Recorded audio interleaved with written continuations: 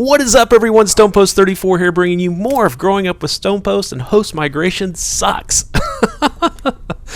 Man, I feel like I haven't talked to you guys in a long time, but I gotta tell you, the sub boxes, they've been broken. That's no fun. You put up a video and it just, no one sees it. So I think they're fixed. Hopefully you're seeing this, and if you are, I'm glad you're here. This is a story about hunting. I was driving home the other day. I'm like, I got to do a new Growing Up with Stonepost, and it's fall, and I'm not a big hunter, but I started thinking about growing up and doing a little hunting here and there.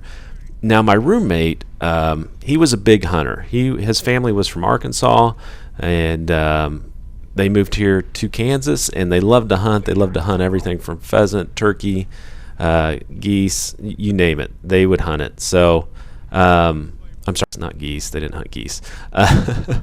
So him and I, we went out to western Kansas. We did the opening day for pheasant season, which is a total blast. And we lived together, went out there with his family, and I limited it out every day, got my limit, and it was just fun. But this story is about being back home. Now, we didn't have, around here, everyone's got their farmer buddy that lets them jump on their land and hunt.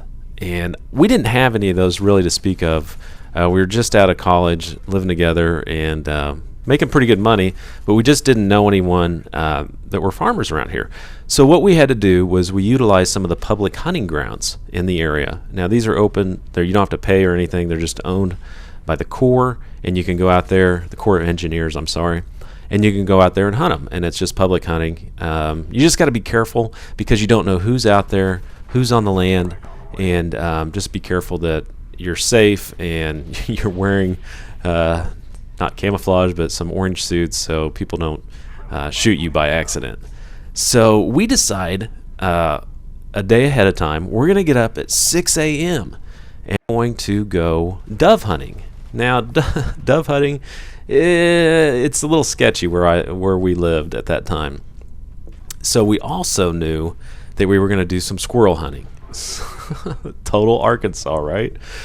Sorry if you're from Arkansas, but he liked to squirrel hunt. So anyway, we decided the day before. Well, it turns into that night turns into a huge rager at our apartment. This huge party.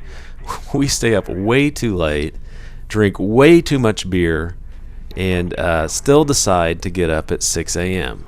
And of course, the hunting's always best in the morning, just like the fishing. So we get up and we head out, and we parked. There was like this gravel parking lot we parked at, and we walk. And we didn't have a dog or anything, so we just had I hate second chance. We just had to walk basically the tree lines and hope to flush out some doves. And also, we were looking for quail too. Needless to say, we don't find anything. We walk up and down these hedgerows. There were some crops that the Corps of Engineers had put out to attract wild game and also deer. They'll go into those fields. So we walk up and down the fields. Well, like I said before, we just had a big party, and we got up first thing in the morning and headed out. Now, if you're younger, you may not know what I'm talking about. But we have a thing, I'm not even going to say the word. When you drink too much beer the next morning, you're a little fluid, let's put it that way. So you can call it whatever you want, the trots, the runs, whatever. So we get all the way out. We're as far away from the cars where we started as you could really get. And I'm like, man, my stomach doesn't feel too good. And Chris is like, you'll be all right, you'll be all right. And there was a little facility in the area. He's like, we'll just start walking back, and you can make it. And it was like a wooden shed outhouse type thing.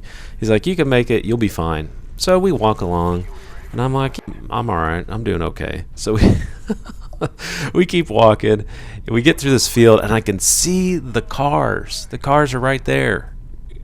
They're right there. There's like some other people out there, and I got to get over this one fence. Now, it's cold out, so it was a cold morning. I don't know what the temperature was, but it was near freezing. So I'm wearing thermals, I'm wearing regular underwear, I'm wearing jeans, and then I'm wearing a pullover kind of athletic long pants.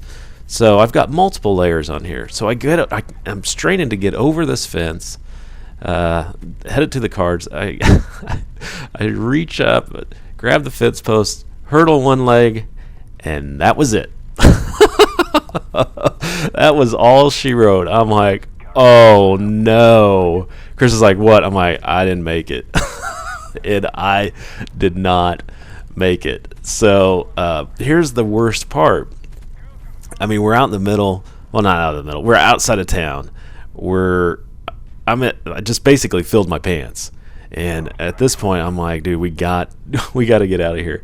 So he had an old Ford. Oh gosh, what was it? It was just an old Ford sedan, Ford Tempo. That's what it was. And so we get in there, and I remember he had this little handle up on the top right. And I'm sitting in his car, and he's like, all right, I'm going as fast as I can. And he was really cool about it. I mean, I'm so embarrassed at this point. I'm even embarrassed telling you this. But so I'm holding on to this handle, like trying not to sit in my own stuff. And we're going, and he starts turning around the corner. I'm like, dude, slow down, because I started sliding back and forth between the layers. Oh man, it was so disgusting. If you've ever had something like this happen to you, let me know in the comments. But it was unbelievable. It's just gross. I still get grossed out thinking about it to this day. So I get back, and this is the worst part. I've got to take these clothes off. So I'm in the bathroom, and I'm like, the best way to describe it is just I had to basically peel them off, and I take them off and I rinse them in the shower, and then I have to throw them in the laundry. We had like this hallway laundry, so I threw them in there, and I didn't know that I was running dogs. I just couldn't tell because I already had my chopper gunner up. But anyway, so I throw them all out in this hall laundry, and I had to like go out in the common area, put them in this hall laundry. But guys, it was the worst thing ever. So anyway, that's my story growing up with Stonepost. And one other quick hunting story. When we were out in western Kansas on opening day for pheasant season, I was telling you, we limited out, and it was a great time. We were headed down, and we actually had dogs on this trip. And we were walking these it's like switchgrass. It's real tall. It's like 6 feet tall, and I'm 6 feet tall. So I mean, I'm up to my head in this stuff. And we had come up on several groups of pheasants, and if you know pheasant hunting, you want to get them up. You obviously can't shoot them on the ground. So we were trying to close in on this area, and I get basically about probably 12 feet from what I think's. I can hear some rustling, and so I'm telling my buddy Chris, I'm like, get ready. I think we're getting ready to get into some pheasants, giving him the hand signal, and I keep walking forward, and it's not a pheasant, guys. It is a 8-point whitetail deer. Jumps up. It had to be a whitetail. All I can envision right now is just seeing the white butt of that thing.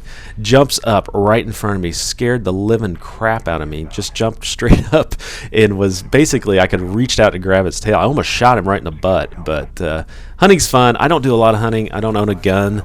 But it was fun when I did it. And I know some people are like, oh, kill poor animals. Anything I've ever killed, I've eaten, whether it be fish or birds. So anyway, guys, hope you enjoyed the spectacular hunting story with Stonepost, but that was pretty disgusting.